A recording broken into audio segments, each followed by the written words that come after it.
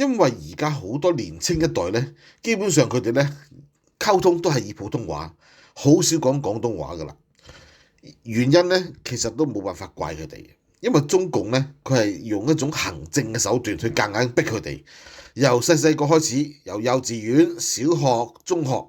你講喺學校一講廣東話咧會俾人舉報嘅，咁啊焗住你一定要講普通話，變咗好多咧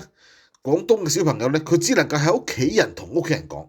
咁但係咧你習慣成自然，你長期都係以普通話溝通。你個腦海一諗起就要以普通話嚟諗嘢，變咗咧你好難吞翻正嗰個廣東話，除非父母日日喺屋企同佢講廣東話，亦都唔准佢講普通話，要用呢種訓練。咁問題咧個細路好容易咧翻到學校咧又會俾人舉報喎，俾人舉報多兩次咧佢又驚咗噶啦。嗱呢個咧就係嗰種政策嘅，好明顯中共咧係要消滅所有嘅地方呢個文化。